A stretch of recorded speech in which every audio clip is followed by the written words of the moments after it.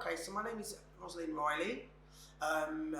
It was actually Rosalyn Smith, which was obviously my maiden name, and Riley is my married name, or was married name.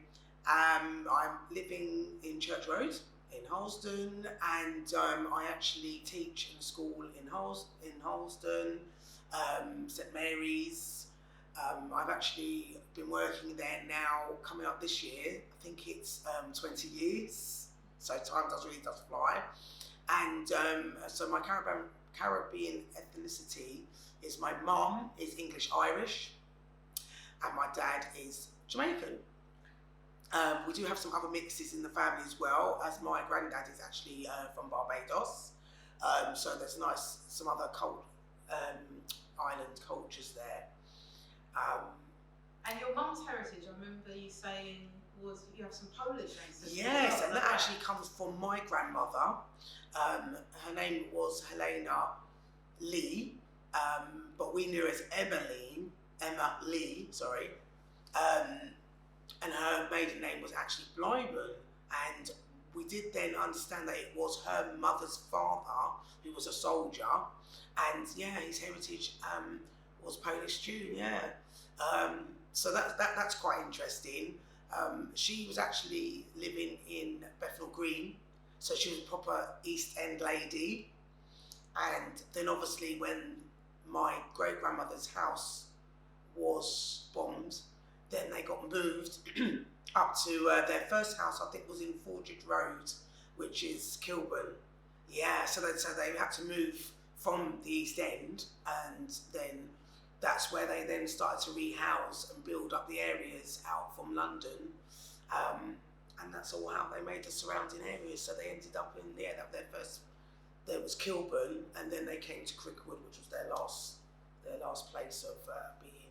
Right, yeah. So your family heritage in Brent goes back to after the war, during the war. Yeah. That's when you're... Yeah. Wow. Yeah. So, and my uncle apparently has actually looked into quite a lot of our history, and it might be useful for us to kind of have another chat with him, and because he actually did some of, I think you go on to the Finding the Family, and obviously you can go so far with that, and he actually found out a lot of more kinds of things that had happened, events. So it'd be a good idea to kind of chat to him and see what else that we can kind of find. So that there's a great story of my nan and her aunt and her sister, and during the war they used to go up to Camden, which is where she eventually met my grandfather, who was a military police at the time, and he was always a very stout, disciplined man, and he was the guy that would go around and collect all the soldiers from the pubs and the clubs and bring them back to the barracks. And my nan and my auntie were quite ferocious girls. They like to laugh and go out and dance. And that's what I knew about the chocolate and the stockings. And, they dance in all the dance halls with the American soldiers. And I remember my granddad would like to say that, he kind of stopped all that, and kind of made a good woman out of her. And so I used to love hearing that story. And there's one thing when I say, to the younger generation, you just don't get enough time with them. You just don't appreciate what they tell you when you're younger. And it's just so frustrating because, at the time you're so young, you're just interested in yourself, And so now I just wish that I had more time to sit and hear their stories. Because obviously a lot of it does then come from my mum. So I'm not even sure that, some of it's kind of embellished a little bit. So that, yeah. But I mean, that goes for everybody, doesn't it? Could we hear a little bit about how your parents met? It was really funny story actually, because my grandfather worked alongside my mum's father and I think it was, they used to call it on the dust, which is dustman on the bins, and that's how they met. And so obviously my mum's family then became friends, and he then met my grandmother. wedding. It may even be my nan. I can't remember. It was at a wedding, and so basically that's how it all kind of began. And it was really interesting of the time that the two kind of families from different cultures, met and became good friends, and then obviously became family members. So they were friends. Yeah, my grandfather. Yeah, that's right. My grandfather worked with my other grandfather. Right. So my Barbados, my grandfather from Barbados, George. He worked with Grandad Lee, my Irish grandfather, and obviously they became great friends. And then obviously, it was definitely a wedding where my Barbados grandfather then met his future, my nan. Yeah, my nan, Nanny Darling. Yeah, so it is all interlinked. So there was never any issues for the two cultures coming together then, or were there? No, not really. I mean, I think I don't know. I think with my mum and dad, I know there was a bit of conflict, about my mum marrying my dad.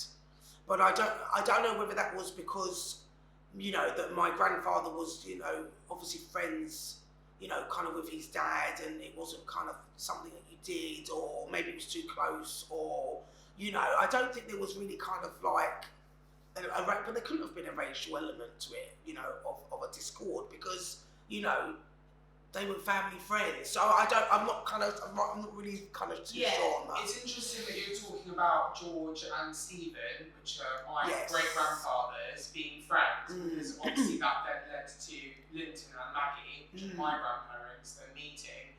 But I remember Nan saying as well that they used to go to dance hall parties together in Holston with their friend Sue.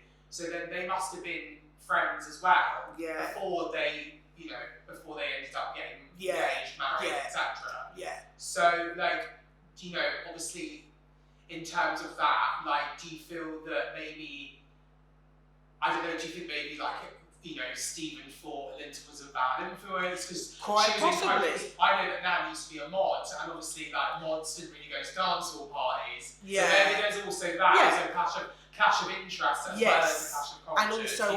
And also, obviously, it's my grandfather's daughter now, whereas being a friend with someone, isn't it? It's a bit different. That's getting quite personal, but as you said, because obviously maybe certain things, that my dad did in his early life, or maybe, he wasn't quite happy with, and maybe that's why he was like, oh, I'm not sure about this, But, by all accounts, I think my mum enjoyed all the experiences that she had. As she loves to tell us about them all the time. And, so... I wanted to ask you just a very kind of general question of obviously I've been going through the archive of our family and looking through lots of photographs, and obviously sadly your dad was not there after a certain point.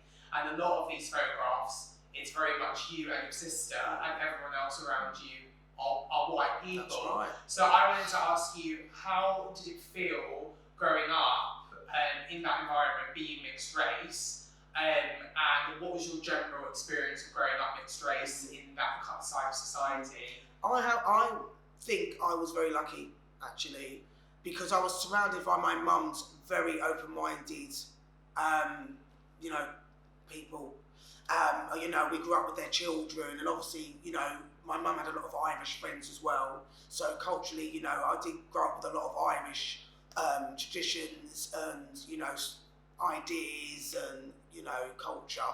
And I remember in my street, there was kind of like my family, and then there was one Asian family, and then there was another Black Caribbean family, and basically that was, and I think there might have even, they did. There was, when I lived in the flats, I think I had to have an Asian friend, and I just remember, but it wasn't like we kind of clubbed together. We just were immersed within the culture that we had, so there wasn't. I mean, there might have been some undertones where people said obviously inappropriate things about us as children, but I didn't. I just felt loved with my mum's friends. My mum's friends. I think they just embraced us from the start. So would you say those comments were kind of made maybe when Nanny's friends maybe brought other people in from different kind of areas, different groups, and that's when maybe the questioning would happen. Yeah, and then also as well, just when we went on kind of like days out and, you know, and things like that, it may have been, you know, well, who's the brown child, you know, kind of that kind of thing, you know, but I kind of, well, I was very good at kind of blocking things out, which, well, it's not always a good thing, but I think, I don't know, I was able to let it run off my back kind of thing, you know, and, you know, it's like, there was a couple of remarks about the hair, you know, we go, oh, you know, why have you got your hair? It looks like, you know, obviously my mum wasn't the best at doing the plaits, so, you know, they did kind of like look like snakes apparently, you know, which was, but again, you know, I never really kind of, I think I kind of grew a hard shell from an early age, and I was able to let that kind of, you know, kind of run off my back when sometimes maybe I shouldn't have, but, you know, and it was just really interesting because things like, you know, like boys and stuff, it was like, you know, I kind of knew that maybe somebody kind of liked me, but they couldn't quite, you know, kind of, oh, you know, no, I better not go there, you know, kind of, you know, she's not white, but, you know, I kind of felt that a lot in like social circles as going out with friends, but interestingly enough, obviously my first kind of boyfriend was white, you know, and I kind of always felt that I wasn't always traditionally, you know, a black guy's kind of girl. I don't know, I just always seemed, there was something always, you know, I got on with black guys, I had lots of friends, younger, playing football and stuff, but there was just something it was almost like a block, I don't know why, because obviously it's really funny that, you know, obviously my ex-husband was white, you know, I've kind of white guys, and, you know, a lot of people that know me, my real friends, they just think it's hilarious, you know, and they just like, oh, you have definitely got a type. You know what, if it don't break, you know, that saying of, you know, if it's, you know, don't break it if it's, you know, if it works. Yeah. And what about now? Do you feel living in Brent as a mixed race person now, is it different? Oh, so much better. There's much more you know, there's so many more like me, you know, you know, and obviously the area that I work, you know, obviously a lot of my friends now are black and are from other ethnic, you know, minorities, and, you know, and it's kind of, it's just much more comfortable, you know, you feel, you know, yourself. So would you say that like now, like maybe compared to when you were growing up in terms of like role models and like other people that you maybe look up to, do you feel like now where you live in Brent, do you feel represented? Do you feel that there's like an adequate like representation? I think with us and the mixed race cultures, I still think there's not quite enough for us to role models and for people to be looking up to, you know, and it is quite difficult because obviously in schools when we do Black History Month, you know, obviously it is about Black history, I get that, but I don't feel that it covers the mixed cultures enough. And also as well, you know, the fact that we're doing this project now is just amazing that, like I said, you know, in my school there's so many more mixes that I, you know, didn't even know kind of existed as well. And so it isn't just, you know, a Black Caribbean and a white, you know, parented mix. That's not how the world, you know, how the world works really.